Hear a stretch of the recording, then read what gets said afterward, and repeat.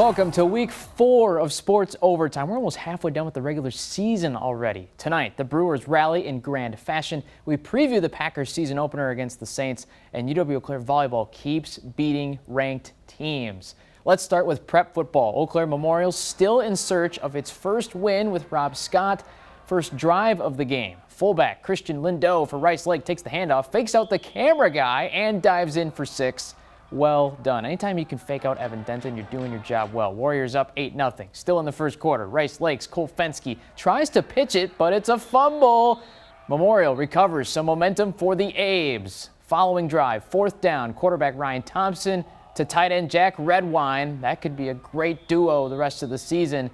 The drive, though, would stall out. More from the Warriors in the second quarter. Lindo, he's going to find the end zone again. Rice Lake's up 16-0. And the Warriors get another big win, 32-6 tonight. New Richmond beats Superior, so the Tigers are now 4-0, 2-0 in the Big Rivers.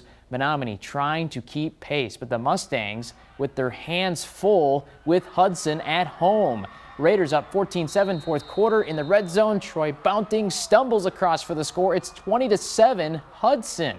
They would miss the extra point, but the next drive, the Mustangs looking to rally. Reed Steyer rolling out. A wobbly throw is going to be picked off. Owen Gooder, he puts Hudson right back in scoring position, and they put it away right here. A couple of field goals late. Hudson beats Menominee in Menominee 26-7. Fall Creek's game against Stanley Boyd was canceled late this afternoon, a huge bummer for the Crickets on homecoming weekend. Elsewhere in the Cloverbelt Conference, Regis on a roll. The Ramblers matching up with Elk Mound tonight, and the Mounders holding off the Ramblers defense until Kendon Krogman connects with Carson Tate late in the first quarter. Regis goes up 8-0. The Ramblers don't cross the end zone again until Krogman hands it off to Xander Rockow. Where have we heard that name before? And it's 15-0. The Mounders, they want a piece of the cake too, though. Right before half, Caden Russo's intended pass for Ethan Johnson intercepted by Josh Brickner. But Regis with a lot of points in the second half to win again, 43-6. The Ramblers get Durand next week.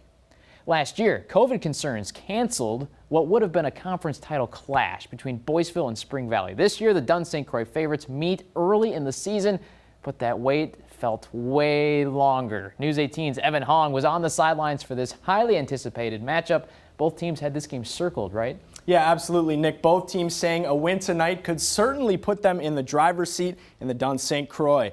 No COVID concerns in Spring Valley tonight. A beautiful night for football. Let's start with the first quarter. Cardinals with the ball. Connor Ducklow. He launches it down the right sideline. It's caught by Justin Riley. He breaks a tackle and tiptoes the sideline for the score. It's 7-0 Spring Valley early. Now Boyceville's run game is solid. Sebastian Nielsen breaks free here. He's going to get chased down, though, by Cardinal defenders and tackled in the red zone. He's down at about the 10-yard line there.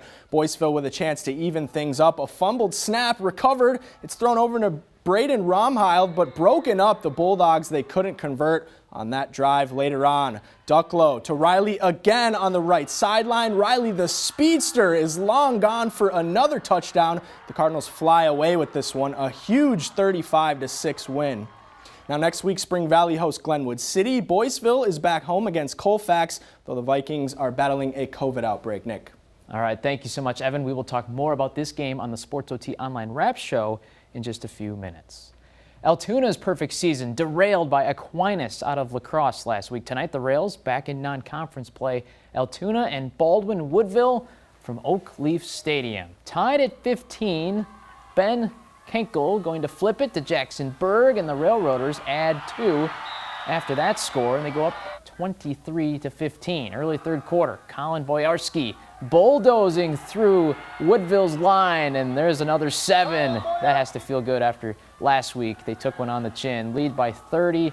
Woodville tries to make a comeback. Wyatt Larson connects with Mason Werner, but it's just not enough. Altoona wins 30-21. The Railroaders back in the win column tonight.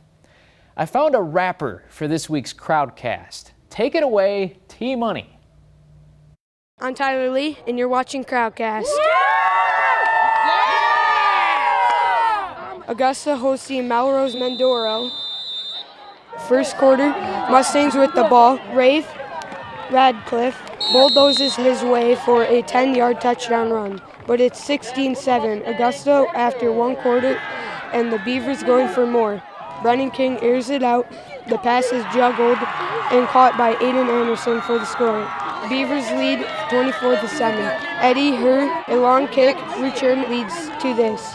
A QB sneak by Brandon Lockton to make the score 24-14, but it's Augusta defense does its job. Augusta wins. Thanks for watching, Crowdcast.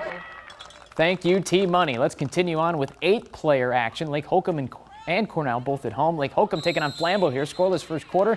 Flambeau's Silas Liebert takes it on the keeper, and they're on the board first. Second quarter, Lake Holcomb's Colton Minnick going to call his own number here. Cuts it back, and he's going to take it all the way in. Look at these moves. He's still on his feet.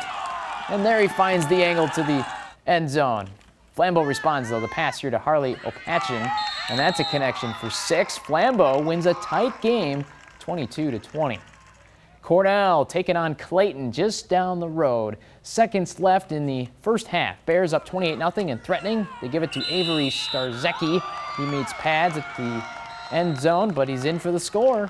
More from the Bears coming in the second half. On the 20-yard line, Josh Young, the low toss to Starzecki, and he takes it to the 10.